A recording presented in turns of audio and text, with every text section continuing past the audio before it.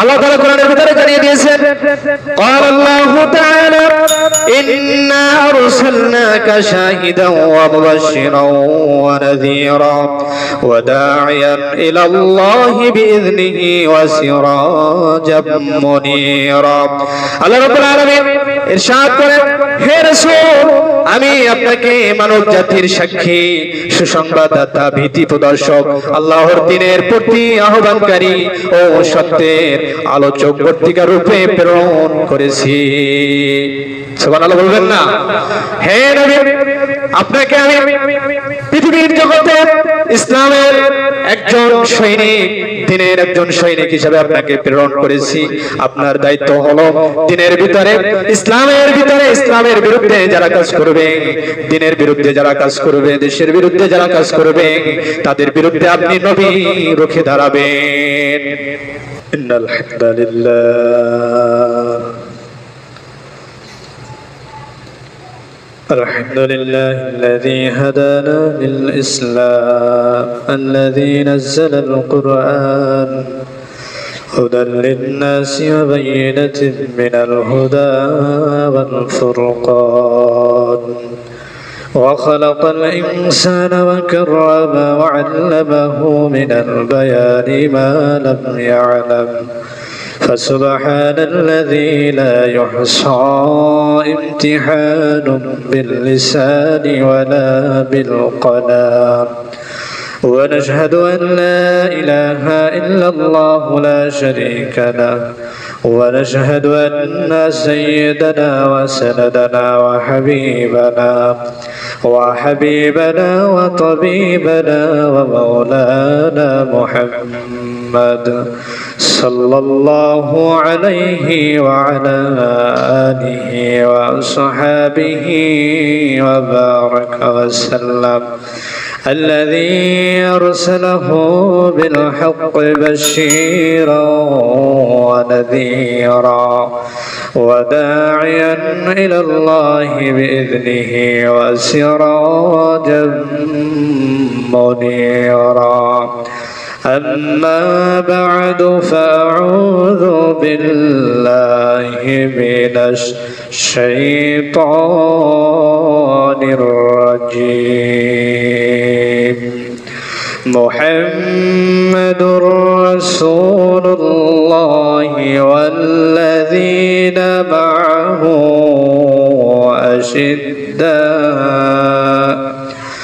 معه أشداء على الكفار رحماء بينهم تراهم ركعا سجدا يبتغون فضلا من الله ورضوانا سيماهم في وجوههم من أثر السجود الآية فقد قال النبي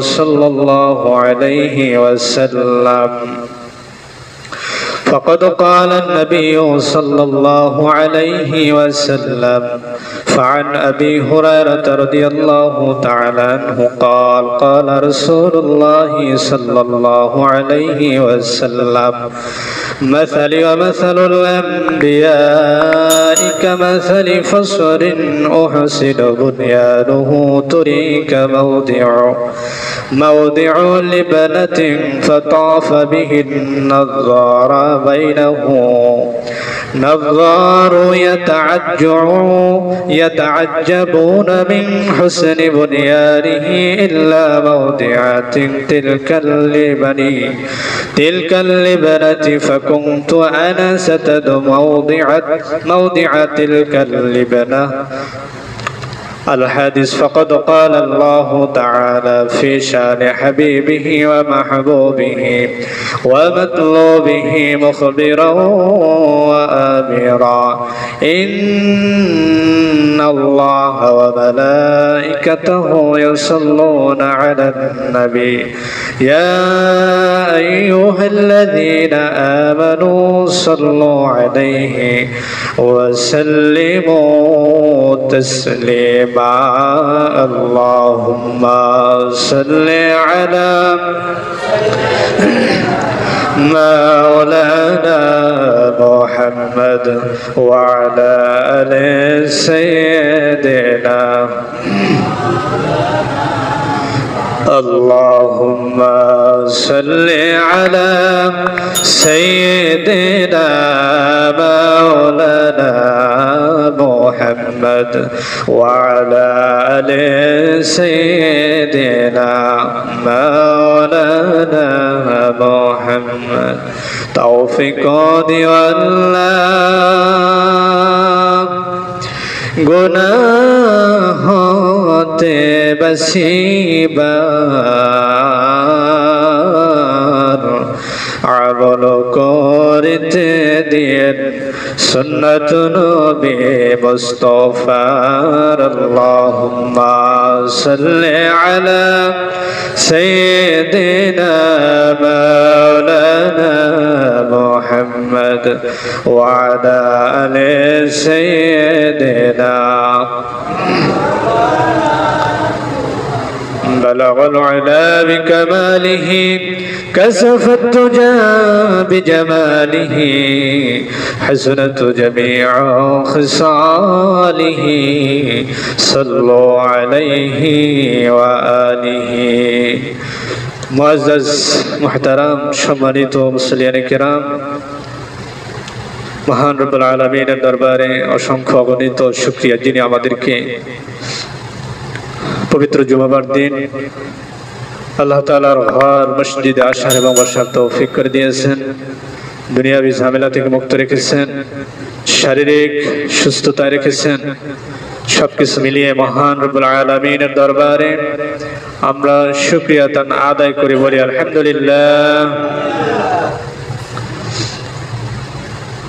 আমরা পৃথিবীর জমিনে আল্লাহ তাআলার প্রতিনিধি আল্লাহ তাআলা আমাদেরকে খলিফা হিসেবে পৃথিবীর জগতে পাঠিয়েছেন। এই পৃথিবীর জগতে প্রতিটা মানুষ আল্লাহর প্রতিনিধি, আল্লাহর নেতা। প্রতিনিধি মানে হলো নেতা, খলিফা। প্রত্যেকটা মানুষের উপরে আল্লাহ দায়িত্ব দিয়েছেন, প্রত্যেকটা মানুষের উপরে আল্লাহ তাআলা কর্তব্য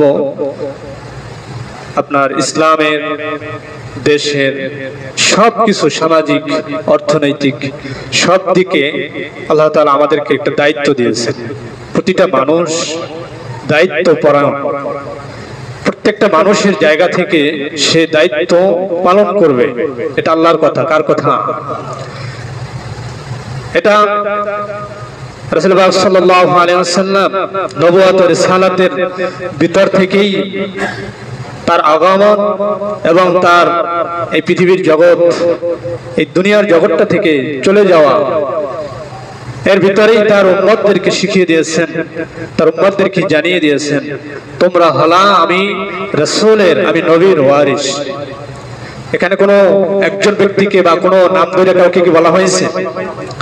পৃথিবীর জগতে যত মুসলমান আছে প্রত্যেকটা মুসলমানকে আল্লাহ রাসূল বলেছেন যে প্রতিটা মানুষ আমি রাসূলের ওয়ারিস, আমি রাসূলের একজন, সে আমার রাসূলের নিকটবর্তী, আমি রাসূলের একদম ঘনিষ্ঠ, আমি রাসূলের একদম কাছের। সুবহানাল্লাহ বলেন। কখন হবে? সবাই কি হতে পারছে? কথা বলেন। আল্লাহ রাসূলের ওয়ারিস কি সবাই হতে পেরেছি আমরা? আল্লাহ রাসূল বলেছেন যারা আলেম হবে, যারা দ্বীনের ইলম শিক্ষা করবে, যারা দ্বীনকে প্রচার করবে, দ্বীনের দায়িত্ব যারা নেবে, দুনিয়ার দায়িত্ব যারা নেবে, ইসলামের দায়িত্ব নেবে, দেশের দায়িত্ব যারা নেবে, এরা হলো আমি রাসূলের ওয়ারিস। সুবহানাল্লাহ। প্রত্যেকটা মানুষকেই আল্লাহ তাআলা দায়িত্ব দিয়েছেন। আল্লাহ রাসূল বলেছেন প্রত্যেকটা মানুষ হবে আমার একদম ওয়ারিস। আমার ওয়ারিস মানে কি? সন্তান, বাবার কাছে সন্তান হলো ওয়ারিস, ঠিক কি না? তা বাবা যদি মৃত্যুবরণ করে এই সম্পদ কি সন্তান পায় না, যারা অপরিচিত তারা পায়, সন্তান পায়। তাহলে সন্তান যেমন বাবার একদম রক্তের, আল্লাহ রাসূল বলেছেন যারা আলেম হবে তারা আমি রাসূলের একদম রক্তের। সুবহানাল্লাহ বলি। এজন্য আল্লাহ রাসূল সাল্লাল্লাহু আলাইহি ওয়াসাল্লাম তিনি জানিয়ে দিয়েছেন ইসলামের ভিতরে রয়েছে শান্তি।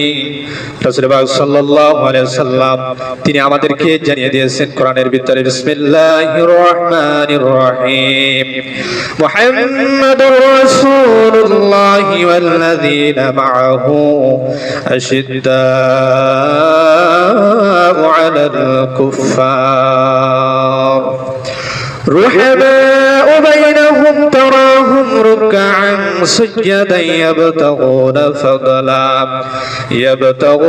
فضلا من الله ورضوانا سيماهم في وجوههم من أثر السجود الرسول صلى الله عليه وسلم محمد رسول الله রাসূলুল্লাহ সাল্লাল্লাহু আলাইহি ওয়াসাল্লাম তিনি হলেন আল্লাহ তাআলার রাসূল। কার রাসূল?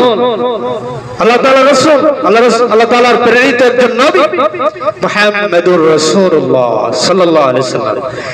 এই মুহাম্মদ রাসূলুল্লাহ তিনি আল্লাহ তাআলা আমাদেরকে জানিয়ে দিয়েছেন যে মুহাম্মদ তিনি হলেন আমি আল্লাহর রাসূল, প্রেরিত একজন নবী।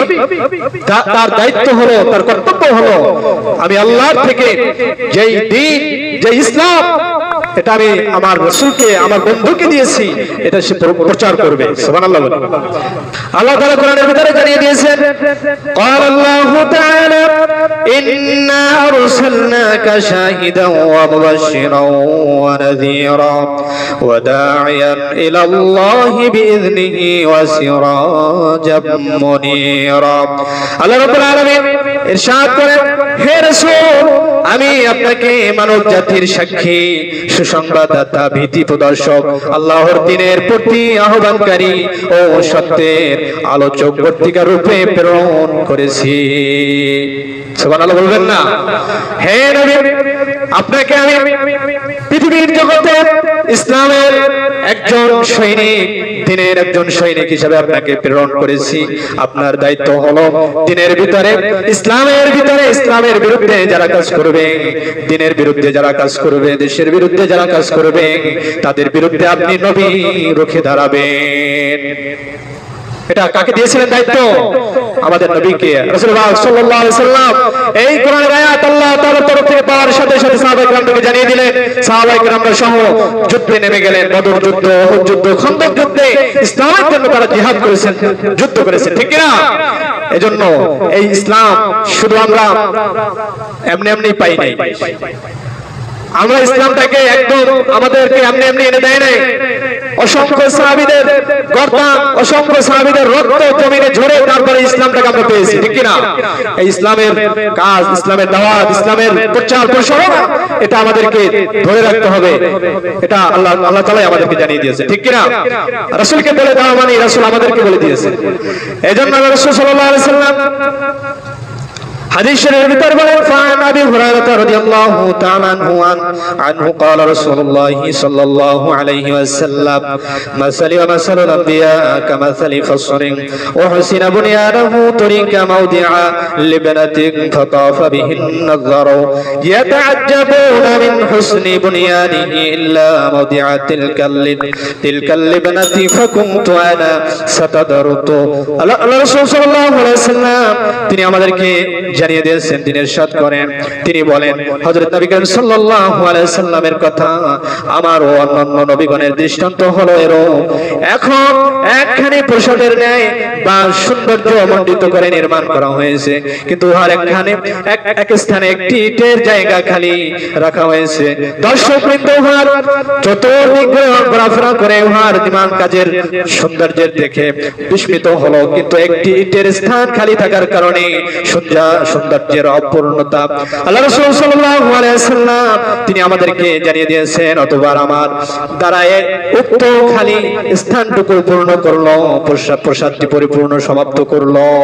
সুবহানাল্লাহ বলে পৃথিবীর জগতে হযরত আদম আলাইহিস সালাম থেকে আমাদের নবী রাসূল সাল্লাল্লাহু আলাইহি ওয়াসাল্লাম পর্যন্ত ইসলামের দাওয়াত প্রসার ছিল, ঠিক কি না? এখানে আল্লাহ হাদিসে কুদসি এখানে আল্লাহ রাসূল সাল্লাল্লাহু আলাইহি ওয়াসাল্লাম আমাদেরকে জানিয়ে দিয়েছেন যে তারা দ্বীনের প্রচার করেছেন। হযরত আদম আলাইহিস সালাম থেকে ঈসা আলাইহিস সালাম তারা দ্বীনের কাজ করেছেন, দ্বীন এই পৃথিবীর জগতে জেতা রাখার জন্য তারা কাজ করেছেন।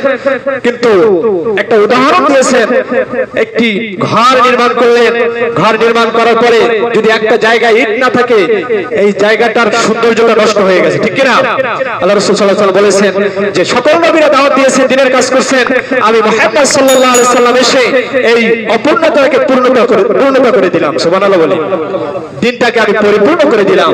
এজন্য রাসূলুল্লাহ সাল্লাল্লাহু আলাইহি ওয়াসাল্লাম বিদায় ভাষণে বলেছেন যে হে সাহাবায়ে কেরাম তোমরা বলো আমি দিনটাকে তোমাদের কাছে পরিপূর্ণ করতে পেরেছি কিনা? সাহাবায়ে কেরামরা বললেন ইয়া রাসূলুল্লাহ হ্যাঁ আপনি পেরেছেন। সুবহানাল্লাহ বলবেন না? দিনটাকে পরিপূর্ণ করে আমার নবী রাসূলুল্লাহ সাল্লাল্লাহু আলাইহি ওয়াসাল্লাম আমাদের হাতে তুলে দিয়েছেন, এই দিনটাকে আমরা পেয়েছি, ঠিক কি না? রাসূল সাল্লাল্লাহু আলাইহি ওয়াসাল্লাম আরো বলেন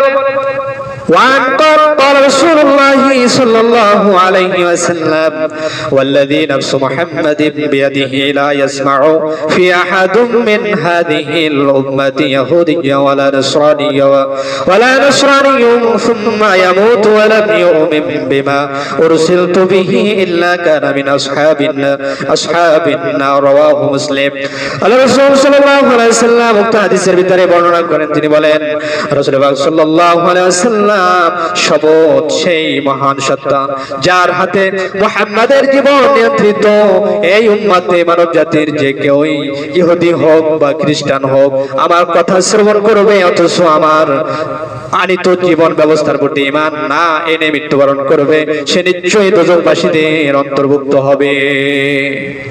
আল্লাহ রাসূল সাল্লাল্লাহু আলাইহি ওয়াসাল্লাম কঠিন কথা বলে গেছেন, যারা আমি মুহাম্মদ সাল্লাল্লাহু আলাইহি ওয়াসাল্লামের আনিত ইসলামকে যারা মেনে নিবে, যারা মানবে তারা আমি মুহাম্মদ সাল্লাল্লাহু আলাইহি সাল্লামের সাথে জান্নাতে থাকবে, আর যারা আমি মুহাম্মদ সাল্লাল্লাহু আলাইহি সাল্লাম ইসলামের বিরুদ্ধে কাজ করবে, বিরোধিতা করবে, তারা আমি মুহাম্মদ সাল্লাল্লাহু আলাইহি সাল্লামের উম্মত থেকে তারা বঞ্চিত হয়ে যাবে। বুঝতে পারছেন? এজন্য রাসূলুল্লাহ সাল্লাল্লাহু আলাইহি সাল্লামের এই হাদিস দ্বারা প্রমাণ যে কোন অমুসলিম, কোন ইহুদি, নাসরাদের তারা যদি আমাদের ইসলামের ক্ষতি করে, আমাদের ইসলামের বিরুদ্ধে কাজ করে, তাহলে তাদের বিরুদ্ধে আমাদের রুখে দাঁড়াতে হবে ইনশাআল্লাহ।